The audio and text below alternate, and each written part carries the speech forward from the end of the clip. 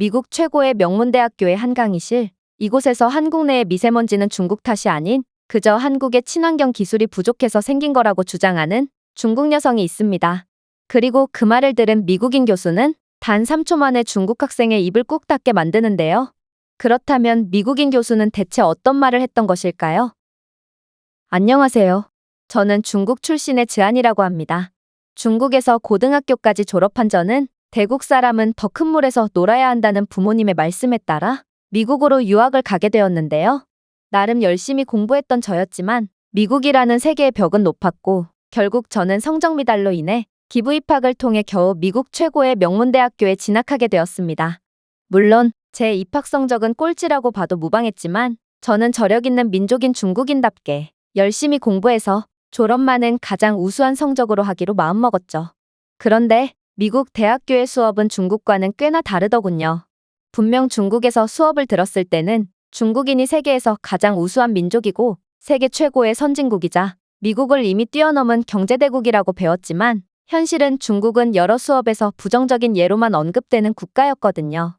그와는 반대로 성공적인 경제성장 모델의 예시나 착한 발전을 이룩한 대표적인 사례는 늘 한국이 꼽히곤 해서 저는 당황스러우면서도 울분의 감정을 느끼기도 했습니다.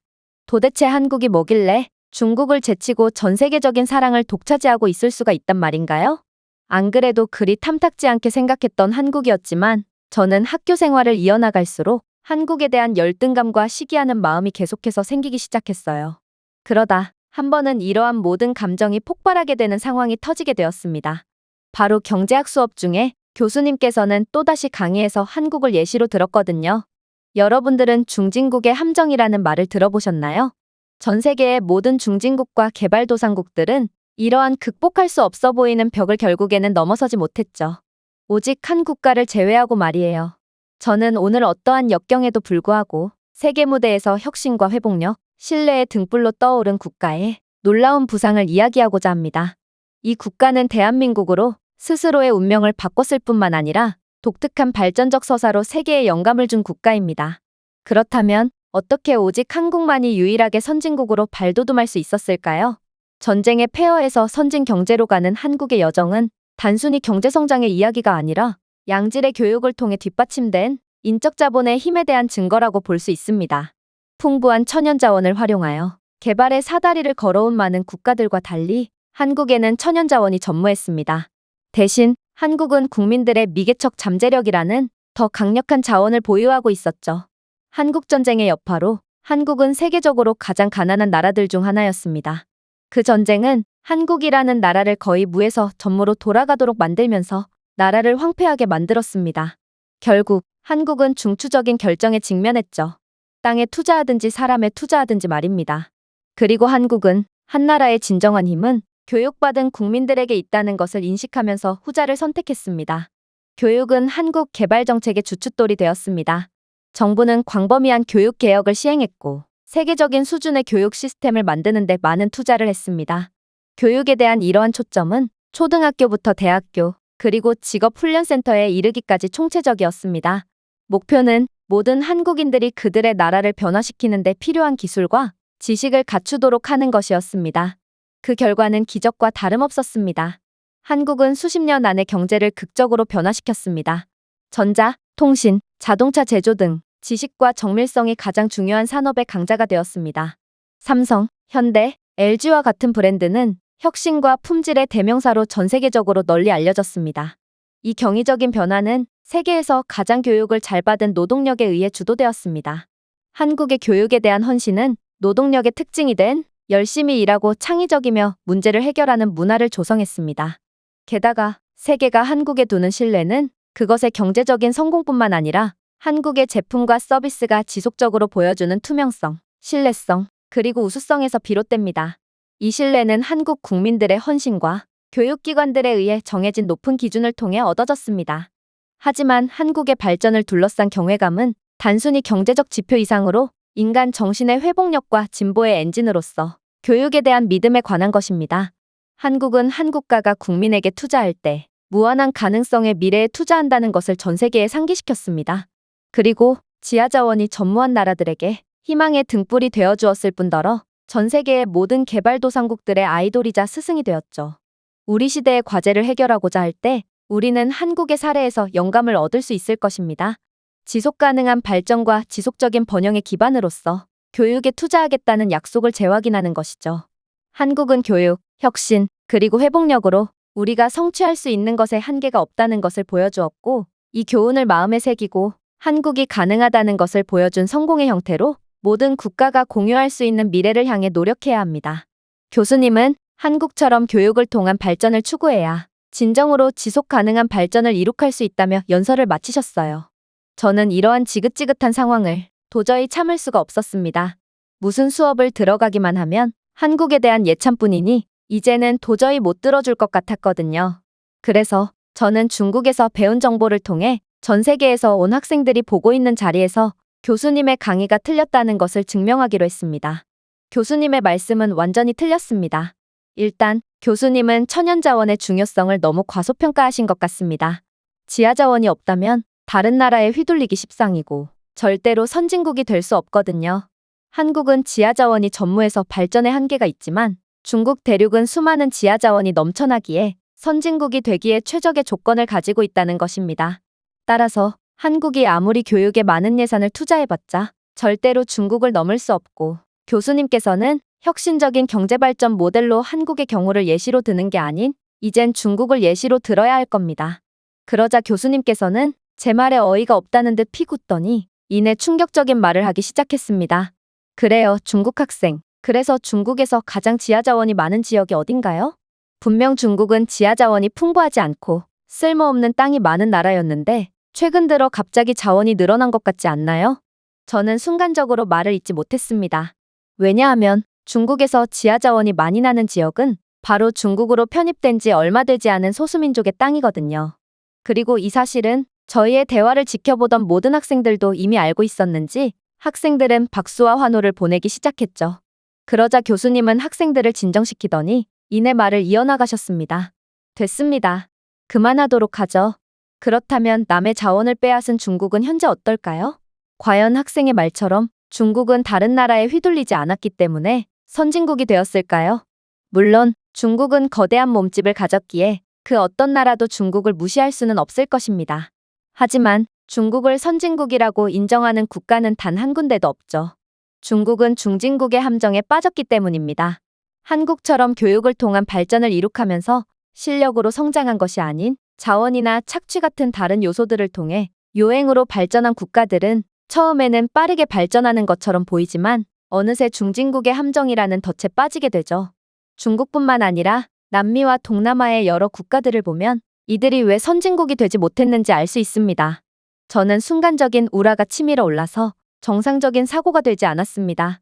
분명 제가 중국에서 고등학교를 다녔을 때는 중국은 세계 인류의 선진국이라고 배웠는데 그러한 중국 교육의 논리를 완전히 깨부수는 교수님의 말씀에 저는 입도 뻥끗할 수 없었거든요. 결국 저는 생각나는 대로 아무렇게나 말을 내뱉어버렸습니다. 요즘 개발도상국들은 산림을 태우거나 극단적인 개발을 통해 미세먼지를 만들어내는 등의 심각한 환경오염을 야기하면서도 눈 하나 깜짝하지 않고 계속해서 개발에 박차를 가하고 있습니다. 한국도 경제적으로 부유해지기 위해 환경을 희생시켰을 게 분명한데 어떻게 이런 걸 보고도 한국을 옹호할 수가 있습니까? 그러자 아까 전까지만 해도 인자한 표정을 짓던 교수님께서는 순간적으로 인상을 쓰시더니 이내 충격적인 말을 하기 시작했어요. 지금 중국이 한국의 환경오염에 대해 비판하는 건가요? 현재 한국의 미세먼지 농도와 뿌연 하늘을 보세요. 한국은 더 이상 원시적인 형태의 발전을 할 필요가 없는 국가임에도 불구하고 한국인들은 엄청난 미세먼지로 인해 고통받고 있습니다. 그렇다면 이 미세먼지는 대체 어디서 온 것일까요? 바로 중국입니다. 미국을 포함한 세계 각국의 언론 및 국가기관들에서 조사한 결과 중국이 한국의 대기질 오염에 엄청난 악영향을 끼치고 있다는 결론이 도출되었죠. 오직 중국만 그 사실을 인정하지 않고 있지만 말이에요. 심지어 중국은 세계의 공장으로 그야말로 환경을 파괴함으로써 돈을 버는 원시적이고 후진적인 형태로 외화를 벌고 있고 세계에서 가장 환경을 파괴하고 있는 국가라고 해도 과언이 아닌데 도대체 학생은 무슨 자신감으로 이러한 중국을 보고도 환경오염의 주범을 한국이라고 덤터기를 씌우는 건가요? 저는 교수님의 말씀에 도저히 반박을 할 수가 없었습니다. 분명 중국에서 공부를 할 때는 한국은 자신들이 배출한 미세먼지를 중국발 미세먼지라는 핑계를 대며 중국의 모든 문제를 전가시키고 있다고 배웠거든요. 하지만 모든 문제의 근원은 중국이 맞았던 것입니다. 차라리 애초에 말을 꺼내지 않았으면 좋았을걸. 저는 전 세계에서 온 학생들 앞에서 중국을 욕보이기만 한 것입니다. 하지만 교수님은 역시나 멈추지 않았고 이내 도저히 믿기 힘든 이야기를 해오셨습니다. 자, 여기 이 건물 옥상에 올라가 본 학생이 있나요? 옥상에 발린 페인트는 태양열 페인트로 한국에서 개발한 친환경 페인트입니다. 한국은 옛날부터 지구 환경을 생각해왔던 나라로 결국 태양 에너지를 전기로 바꾸는 나노입자를 포함하고 있는 혁신적인 페인트를 개발해냈죠. 학교 내에 비치되어 있는 각종 TV와 조명은 또 어떻고요? 한국은 차세대의 OLED를 개발해내서 상당히 낮은 에너지 소비로 우수한 비품질을 제공하도록 도와주고 있습니다. 물론 강의실 창문에 설치된 한국산 스마트 윈도우도 빼놓을 수 없죠. 이 스마트 윈도우는 태양광 강도에 따라 투명도를 조절하는 폴리머를 사용하여 건물 내부의 자연광을 최적화하여 높은 에너지 효율을 유지하는 데 도움을 주고 있거든요. 즉, 여러분들이 보는 모든 친환경 기술들은 전부 양질의 교육을 받은 한국인 인재들이 개발하고 상용화까지 성공한 것입니다. 한국의 교육 시스템은 이러한 기후위기의 시대에도 큰 성공을 거둘 수 있게 한 것이죠. 기후변화에 따른 친환경 전환의 필요성이 대두한 이 시대에 도대체 한국만큼 현명하게 대응하고 있는 국가가 또 어디 있단 말입니까? 친환경이라는 말은 필연적으로 저효율과 고비용에 따른 생산성 감소를 야기합니다. 그러나 한국만은 지구 위기조차 기회로 받아들이고 성공하는 쾌거를 달성한 것입니다. 보세요. 한국은 친환경 기술을 그 누구보다 빠르게 개발해내서 전 세계로 자신들의 기술을 수출하고 있습니다.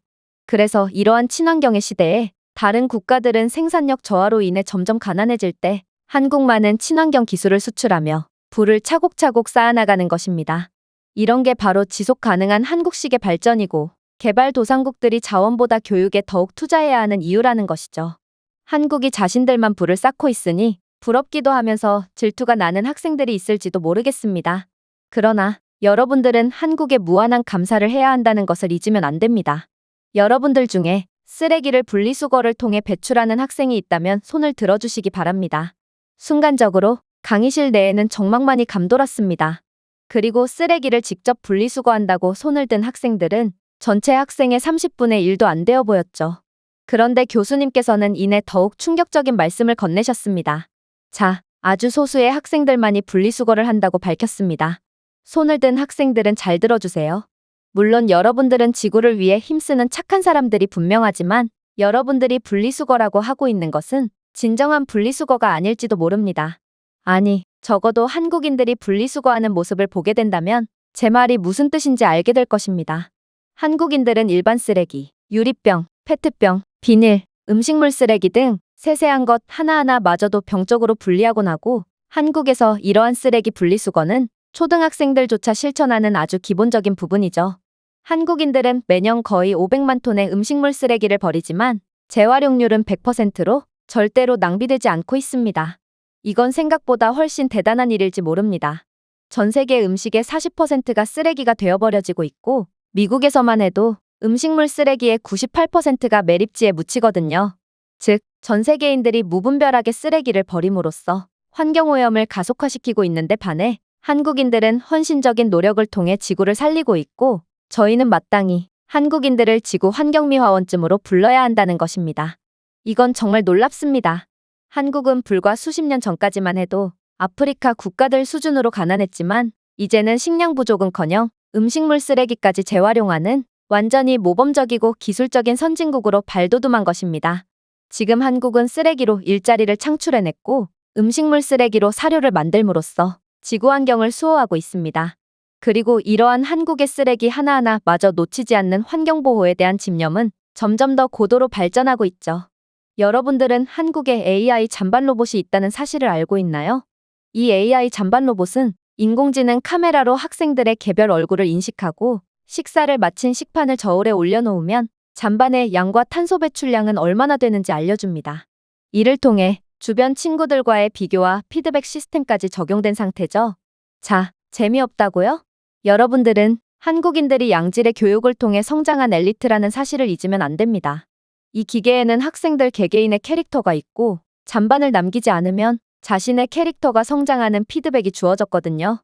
결국 한국인들의 이러한 아이디어는 기계가 도입된 학교들의 음식물 쓰레기가 86%나 줄어드는 기적과도 같은 상황을 만들어냅니다. 저는 이제는 도저히 부끄러움을 참을 수가 없었고 쥐구멍이라도 있으면 숨고 싶다는 생각이 들었습니다. 한국과 중국의 수준 차이는 너무나도 극명했고 한국은 제가 중국에서 배웠던 작고 후진적인 나라가 아니었거든요. 그러나 교수님은 제가 생각을 정리할 틈도 주지 않았죠. 요즘 들어 많은 선진국들이 지구온난화와 탄소 중립을 외치며 친환경을 강조하고 있습니다. 그러나 이러한 선진국들은 자신들의 살림을 모두 태우고 공장 연기를 내뿜으며 불을 쌓아 올렸다는 사실을 잊으면 안 됩니다. 자신들은 이제 필요 없다고 힘없고 가난한 다른 국가들에게 친환경을 지키라며 큰소리치면 누가 듣겠습니까? 그러나 한국은 다릅니다. 한국은 애초부터 친환경적으로 성장해왔으며 21세기의 가장 모범이 되는 선진국이죠. 우리 모두는 한국의 발전과 남에게 피해를 주지 않는 착한 한국인들을 존경하고 배워야 하는 것입니다. 교수님의 연설에 학생들은 모두 숙연해졌습니다. 그리고 저 또한 이러한 작은 나라도 성공했는데 왜 대국이라던 중국은 한국처럼 못하는 건지 원통함 마저 들었죠. 한국이 거의 모든 수업에서 성공적인 사례로 언급되는 건 그럴 만한 이유가 있었던 것입니다. 제가 준비해온 내용은 여기까지입니다. 끝까지 시청해주셔서 진심으로 감사드리며 여러분들의 구독과 좋아요, 알림 설정은 영상 제작에 큰 힘이 됩니다. 이상 세모튜브였습니다.